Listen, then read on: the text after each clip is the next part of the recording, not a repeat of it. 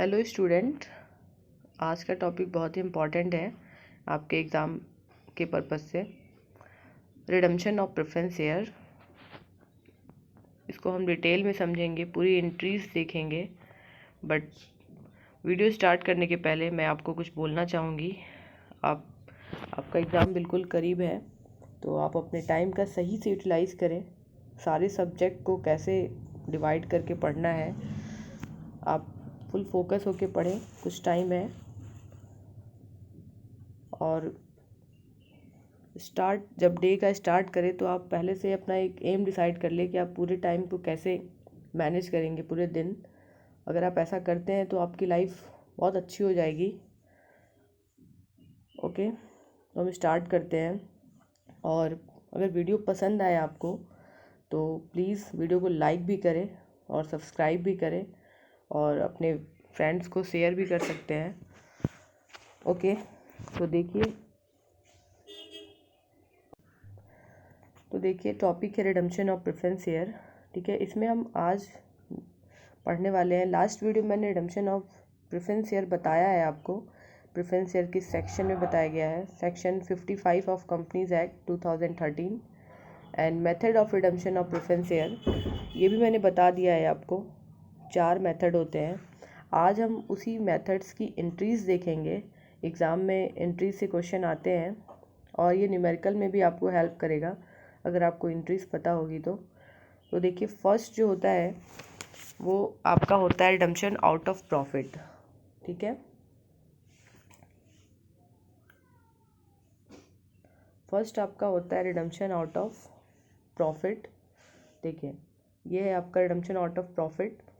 इसमें क्या होता है, एंट्रीज क्या होती है तो देख लीजिए। यहाँ इसकी एंट्री दी है। सबसे पहले आप क्या करते हैं, कैपिटल रिडम्पशन रिजर्व को क्रिएट करते हैं। Creating capital redemption reserve. ठीक है, तो एंट्री हो जाती है। आपके पास जो भी अवेलेबल प्रॉफिट है जो आप स्पेसिफिक पर्पस के लिए आप एक्यूमुलेट करके रखे हैं फ्यूचर में प्रेफरेंस शेयर का रिडम्पशन करने के लिए, तो आप उसी प्रॉफिट का यूटिलाइज़ करते हैं। तो देखिए, पहले एंट्री हो जाएगी statement of profit and loss account, journal reserve account, ये भी आप क्रिएट करते हैं। एनी अदर रेवेन्यू रिजर्व, और भी कोई आपने अगर रिजर्व क्रिएट किया है टू कैपिटल रिडम्पशन रिजर्व, आप इसको क्रेडिट कर देते हैं कैपिटल रिडम्पशन रिजर्व को। CRR शॉर्ट फॉर्म में बोलते हैं। ठीक है, नेक्स्ट एंट्री देख लीजिए।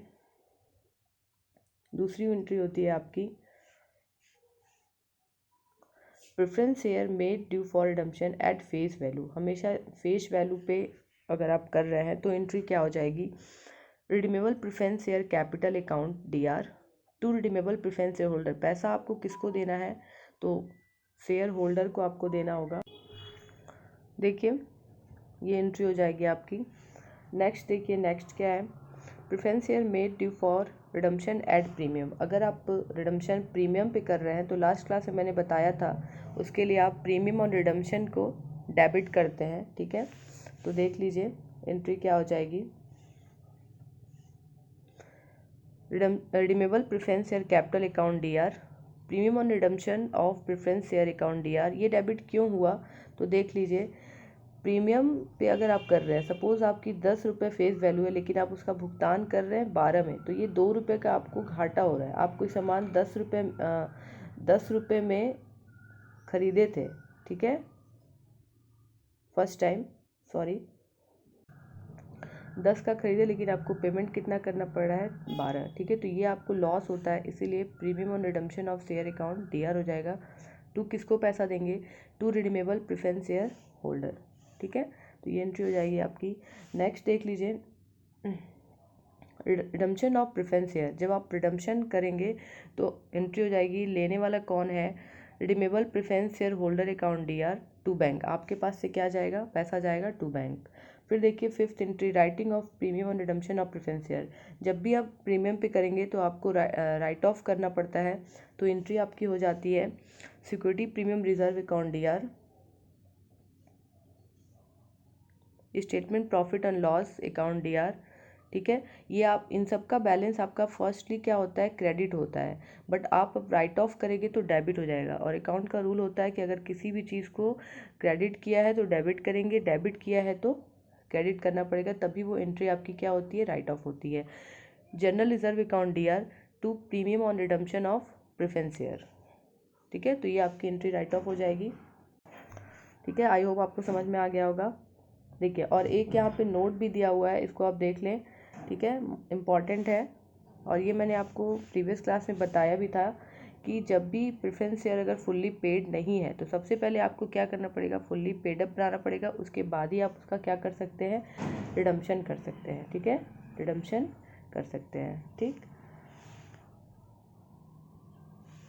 नेक्स्ट देखिए, redemption bye amount receive for issue of new share. 4 तरीके होते हैं रिडम्पशन के। देखिए, पहला तरीका क्या था, पहला है आपका आउट ऑफ प्रॉफिट, ठीक है, पहला है आपका आउट ऑफ प्रॉफिट, देख लीजिए यहाँ पे आउट ऑफ प्रॉफिट है।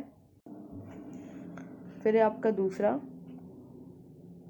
Issue of new share, issue of new share, ठीक है, redemption bye amount receive from issue of new share. तो इसकी एंट्री क्या हो जाएगी, जैसे आप शेयर इशू करते हैं उस टाइम एंट्री करते हैं, सेम वही यहाँ पे हो जाएगा। एट पार पे कर रहे हैं तो bank account DR to share application and allotment, ठीक है। यहाँ पे अमाउंट एक ही बार में लेते हैं, लमसम, लमसम का मतलब इकट्ठे अमाउंट ले लेते हैं, ठीक है। फिर दूसरी एंट्री हो जाएगी आपकी if share are issued at premium, अगर प्रीमियम पे आप इशू करके पेमेंट कर रहे हैं तो bank account DR to share application and allotment account, ठीक है। फिर आपकी नेक्स्ट एंट्री हो जाएगी share application and allotment account DR to security premium reserve to share capital, ठीक है। पैसा हम कहाँ ट्रांसफ़र करते हैं, शेयर कैपिटल में, तो ये एंट्री हो जाएगी आपकी, ठीक है। नेक्स्ट देखिए, अब आपका थर्ड, 2 मेथड हो गया। पहला क्या था आपका, पहला था जब आप आउट ऑफ प्रॉफिट करते हैं, आप कहाँ करते हैं, out of profit, out of profit करते हैं, ठीक है। फिर दूसरा क्या था, शेयर इशू करके करते हैं। अब थर्ड देखिए, थर्ड क्या है, partly out of profit and partly out of new share, ठीक है, ये याद रखिएगा, थर्ड है। तो थर्ड में देखिए यहाँ पे क्या हो जाता है, इस विधि के अंतर्गत की जाने वाली प्रविष्टियाँ पहली 2 विधियों में दी हुई प्रविष्टियों के जैसी होगी, यानी दोनों को मिला देते हैं, ठीक है, दोनों को मर्ज करके जो एंट्री होती है वही आप यहाँ पे कर देते हैं, ठीक है। तो आई होप आपको समझ में आ गया होगा, ठीक है। नेक्स्ट देख लीजिए, फोर्थ है आपका redemption bye conversion into new share, ये फोर्थ मेथड है।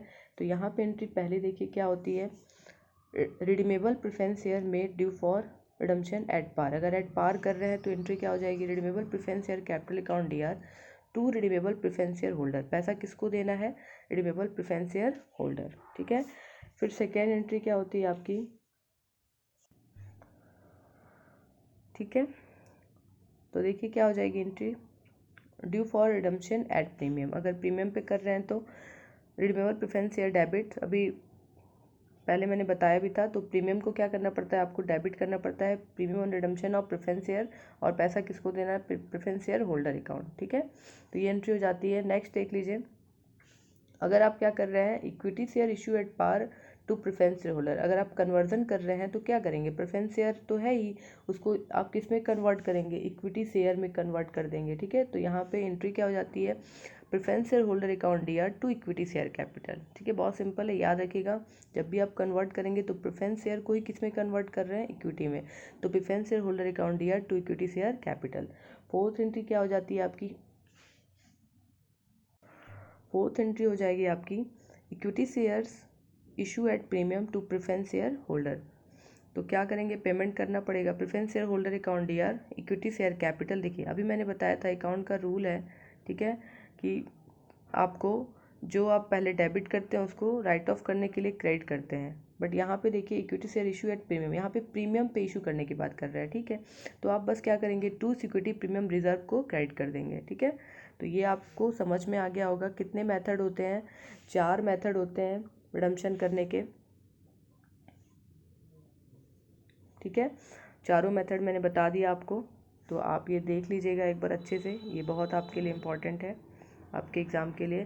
पहला मेथड क्या था, देख लीजिए, पहला था आपका आउट ऑफ प्रॉफिट, दूसरा है आपका issue of new share, share issue करके, फिर है आपका partly out of profit partly bye issue new share, and fourth है आपका redemption bye conversion into new share, ये आपका हो गया, ठीक है। अब नेक्स्ट टॉपिक है, ये वीडियो थोड़ी लंबी होगी, मैं आपको इसी में आपको ऐड कर दे रही हूँ debenture issue and redemption of debenture, ये भी बहुत इंपॉर्टेंट है आपके लिए। अच्छा, तो सबसे पहले हम डिवेंचर समझ लेते हैं, डिवेंचर होता क्या है। ठीक है, तो डिवेंचर क्या होता है, ये कंपनी के लोन को रिप्रेजेंट कर, ठीक है, कंपनी के लोन को रिप्रेजेंट करता है। Debenture is a certificate which represent loan of the company, company के लोन को रिप्रेजेंट करता है। ठीक है, इसके लिए हमें कोई ना कोई मॉर्गेज रखना पड़ता है, तभी हमें डिवेंचर इशू होता है। ठीक, तो देख लीजिए,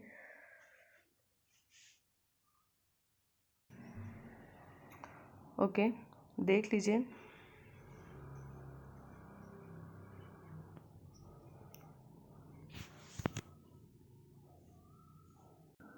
तो डिवेंचर समझ में आ गया होगा आपको। डिवेंचर क्या करता है, लोन को रिप्रेजेंट करता है। ठीक है, तो इसके कई मोड हैं डिवेंचर इशू करने के।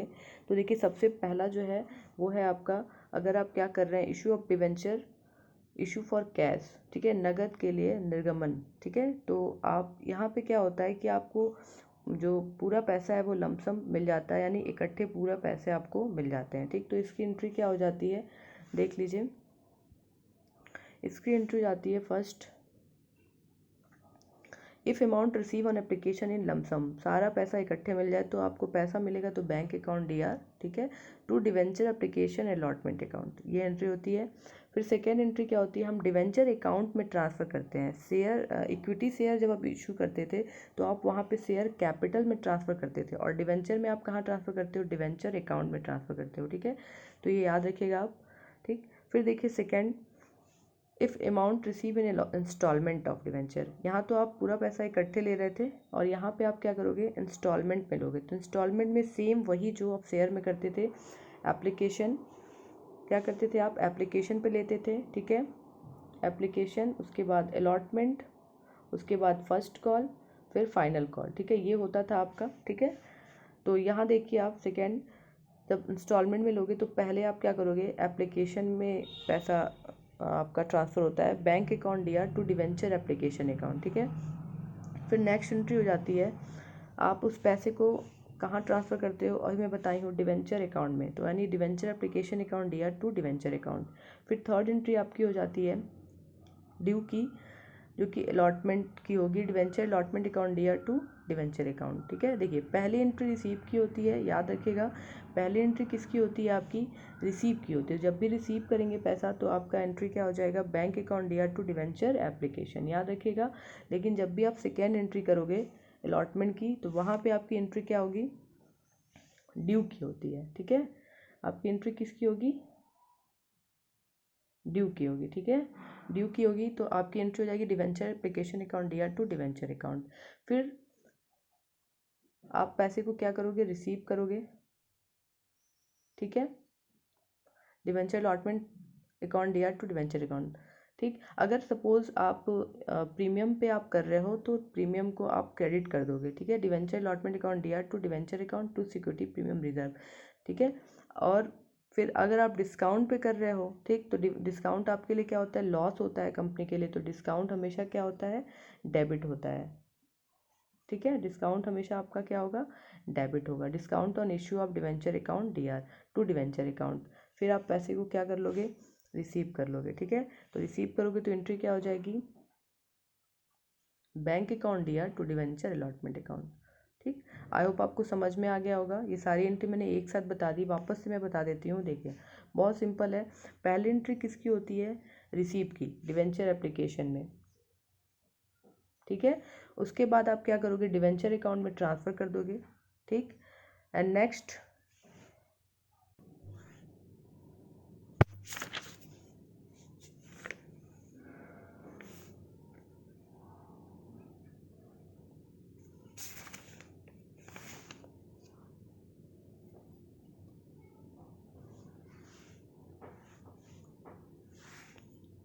ठीक है, इस वीडियो में इतना ही रखते हैं। ठीक है, ये जितना भी मैंने टॉपिक पढ़ाया है आप इसे ज़रूर से पढ़ के जाएँ, एग्ज़ाम के लिए बहुत इंपॉर्टेंट है।